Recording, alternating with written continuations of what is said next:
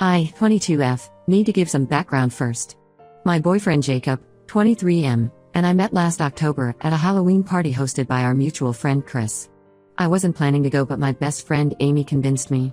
I remember Jacob was dressed as Spider-Man, and we ended up talking all night about everything from our favorite movies to our dream travel destinations. He asked for my number at the end of the night, and we went on our first date 3 days later. Everything moved pretty quickly after that. We clicked instantly. Jacob was different from guys I dated before.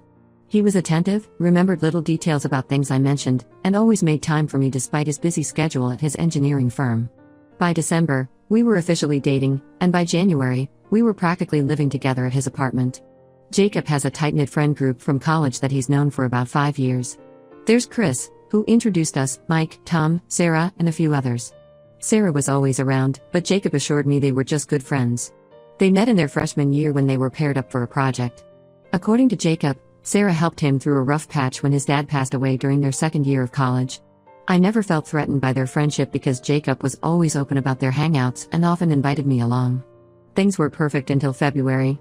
Jacob went to a party at Sarah's house to celebrate her promotion. I couldn't go because I had a deadline at work. I'm a graphic designer and had a big project due. Jacob said he'd probably crash at Chris's place since it was closer to Sarah's apartment. I didn't think anything of it. He'd done this before when hanging out with his friends. 2 days later, Jacob came to my apartment looking terrible.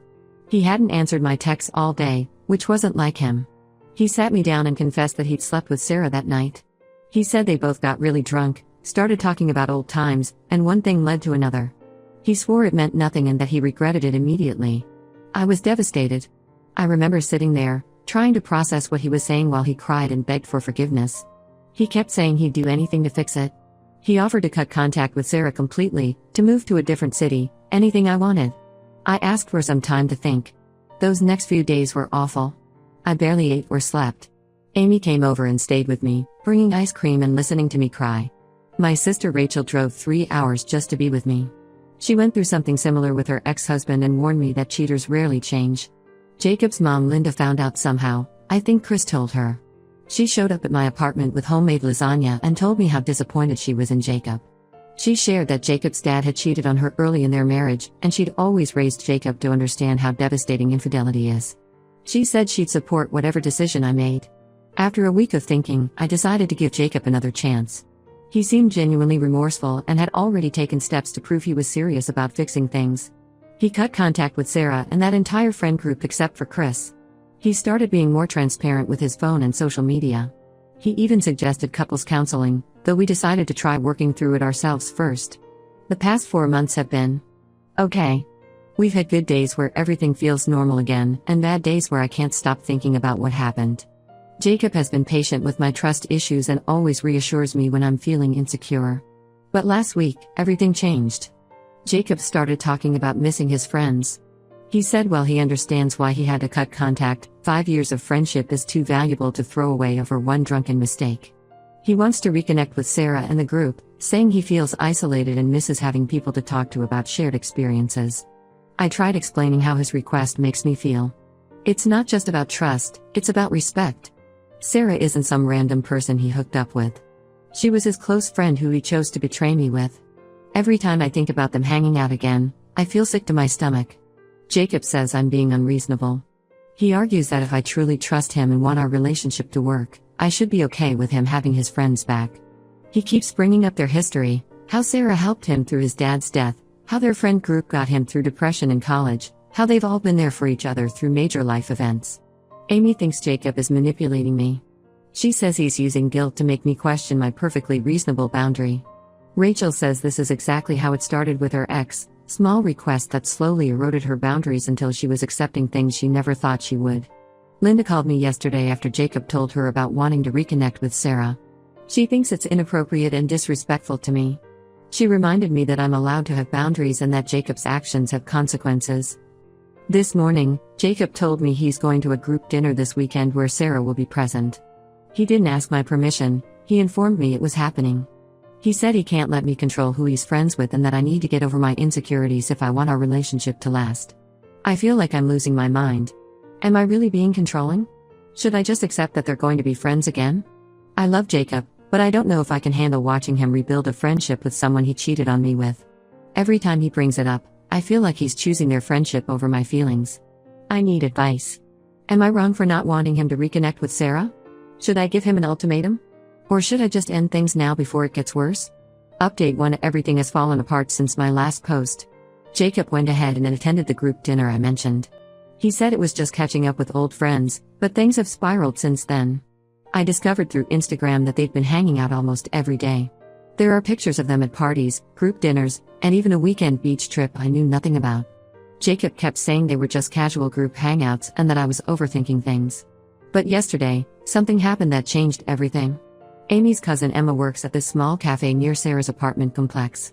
Emma texted Amy saying she saw Jacob and Sarah having lunch together on Tuesday, just the two of them. They were there for nearly 3 hours. Emma said they seemed pretty cozy, with Sarah touching Jacob's arm a lot and Jacob wiping food off her face at one point. When I confronted Jacob about it, he exploded. He accused me of spying on him and setting people to watch his movements. After yelling for about 10 minutes, he finally admitted that yes, he's been meeting Sarah alone. According to him, they're just rebuilding their friendship and I'm being paranoid for no reason. His behavior has completely changed in the past 2 weeks. He's become distant and snappy. He's always on his phone, but turns it away when I'm nearby. He's started going to gym sessions at odd hours and gets defensive when I ask about his day. Last night, he didn't come home until 3 a.m. When I asked where he was, he said he was at Chris's house playing video games and that I need to stop questioning his every move. Linda called me yesterday out of concern. She said Jacob has been acting strange lately, missing their weekly family dinners and making excuses when she tries to meet him. She mentioned that Jacob's car has been spotted outside Sarah's apartment building several times late at night. She's worried he's repeating his past mistakes but doesn't want to interfere too much. Looking back, there were so many red flags I ignored. Sarah was always more than just a friend to Jacob. He would drop everything if she needed help, like that time he left our anniversary dinner early because Sarah called saying she had a flat tire. Or how he spent hours texting her during our vacation in March, claiming she was going through a rough time and needed support. Chris's girlfriend Megan reached out to me today.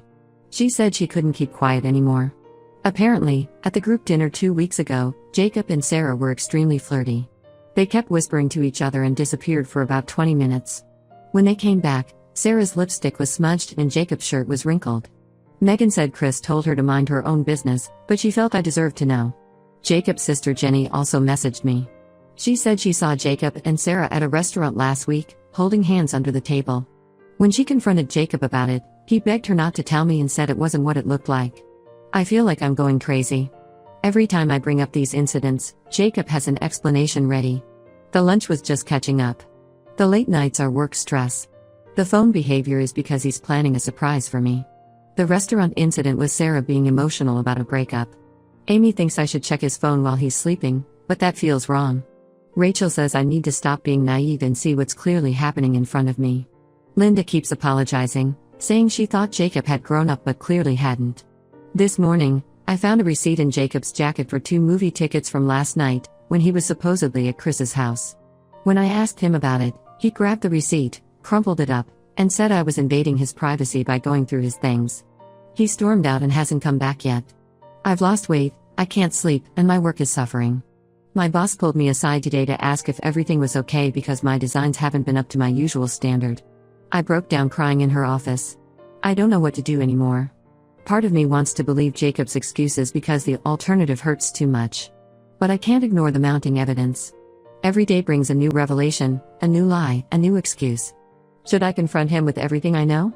Should I just walk away? I feel stuck in limbo, waiting for the other shoe to drop while watching the man I love slowly become a stranger. Update 2: I was right about everything. 2 days ago, I discovered the truth in the worst possible way. Jacob left his laptop open while he went to shower, and a message from Sarah popped up. I know I shouldn't have looked, but after everything that's happened, I couldn't help myself. What I found destroyed me. There were hundreds of messages between them going back months, even before we started dating. They'd been sleeping together for the past 3 weeks, meeting at Sarah's apartment during his supposed gym sessions and work late nights. The messages revealed everything.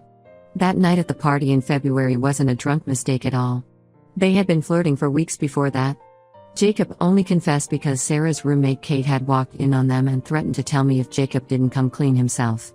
But here's the twist that made me physically sick: Sarah has a boyfriend. His name is Tom, and they've been together for 2 years. Both Jacob and Sarah have been lying to both of us this entire time. In their messages, they actually joked about how naive Tom and I were for believing their excuses. I spent hours reading through their conversations. They talked about having feelings for each other since college but never acting on it because one of them was always in a relationship. They planned their meetups carefully, making sure to have alibis. Jacob even saved Sarah's number under a fake male colleague's name. The most painful messages were from the past month, after Jacob started reconnecting with the friend group. They laughed about their secret lunches and how I was paranoid for suspecting something. There were intimate photos, plans for future meetups, and discussions about how to keep throwing Tom and me off their trail. I took screenshots of everything and sent them to Tom. He called me immediately, and we met at a coffee shop. Turns out he had suspicions too, but Sarah had convinced him he was being insecure. We compared stories and realized how many lies we'd both been fed. The beach trip I mentioned? Tom thought Sarah went with her female friends. The late-night work sessions? Sarah told Tom she was helping her sister move. When Jacob got out of the shower, I confronted him with the messages. For once, he didn't have an excuse ready. He broke down and admitted everything. He said he tried to fight his feelings for Sarah but couldn't. When I asked why he didn't just break up with me instead of cheating, he said he didn't want to hurt me. The irony of that statement still makes me laugh bitterly. Linda found out through Jenny, who I called for support. She came over immediately and was horrified when I showed her the messages. She revealed something that broke my heart even more. Jacob had done something similar to his ex-girlfriend Taylor 2 years ago. Linda thought he had learned his lesson and changed, but clearly hadn't. The friend group has imploded. Chris and Megan are fighting because Chris knew about the affair and kept it secret. Mike and his girlfriend have cut ties with both Jacob and Sarah. Kate, Sarah's roommate, finally came forward with everything she knew, including details about meetups she'd witnessed. Tom confronted Sarah last night. According to Kate, Sarah tried to blame everything on Jacob, claiming he pursued her and she was confused. When that didn't work, she accused Tom of being emotionally unavailable, which apparently drove her to Jacob. Tom didn't buy any of it. Jacob has been calling and texting nonstop since I confronted him. His messages swing between begging for forgiveness and blaming me for driving him away with my paranoia. He even had the nerve to say that if I had been more understanding about him wanting to be friends with Sarah again, maybe this wouldn't have happened. I haven't responded to any of his messages. I'm staying at Amy's place while I figure out my next steps. Linda offered to help me move my things out of Jacob's apartment, and Rachel is driving down this weekend to help too. I feel like such a fool for not trusting my gut earlier. All the signs were there: the late nights, the secret meetings, the defensive behavior, the hidden messages. I just didn't want to believe the man I loved could be so cruel. Update 3: I finally moved out of Jacob's apartment completely. The last few weeks have been a roller coaster of emotions, but I'm starting to feel like myself again. After discovering the affair, I spent a week at Amy's place before finding my own apartment. It's a small studio, but it's all mine and Jacob has no idea where it is. I got a new phone number too because Jacob wouldn't stop calling from different numbers after I blocked him.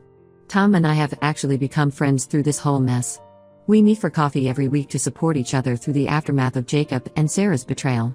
He told me Sarah has been trying to contact him constantly, sending long emails about how Jacob manipulated her and how she wants to fix things. He hasn't responded to any of them. The most surprising development? Jacob and Sarah are officially together now. They went public on social media just 2 weeks after everything blew up. They're posting about their perfect relationship and how sometimes the timing isn't right but love finds a way. It's honestly laughable how they're trying to romanticize their affair. Linda still checks in on me regularly. She's become like a second mom through all this. Last week, she told me Jacob is already showing his true colors with Sarah. Apparently, he was seen at a bar getting cozy with one of his new co-workers while Sarah was out of town. Linda said she's done trying to help him change. She's realized he needs to face consequences for his actions. The friend group has completely fractured. Chris and Megan broke up because she couldn't forgive him for covering up the affair. Mike and his girlfriend have started hanging out with Tom and me instead. Kate moved out of Sarah's apartment and told us she's been documenting their affair for months, disgusted by their behavior. Work has been my saving grace through all this. I threw myself into new projects and even got a promotion last week. My boss was incredibly understanding about everything and gave me flexible hours while I was dealing with the move. I've had moments of weakness where I wanted to check Jacob's social media or drive by his apartment, but I've stayed strong. Amy changed all my passwords and installed a blocker on my phone to prevent me from looking them up. The hardest part was getting rid of everything that reminded me of Jacob. I donated all the gifts he gave me, deleted our photos, and even sold the bracelet he got me for Christmas. It hurt, but it was necessary for moving forward. Yesterday, Jacob's sister Jenny told me he's been asking about me, wondering if I'm seeing anyone new. She shut him down immediately and told him he lost all right to know anything about my life. It felt good knowing his family is on my side. I know this is my last update because I'm finally ready to close this chapter of my life. Tom and I are planning a trip next month, just as friends, to help us both get away from all the drama. I've started painting again, something I gave up when I started dating Jacob, and it feels amazing to rediscover myself. To everyone who supported me through this journey, thank you. Your advice and kind words helped me find the strength to walk away. And to those going through something similar, trust your gut. The red flags are there for a reason. I'm not completely healed, but I'm getting there. And that's enough for now.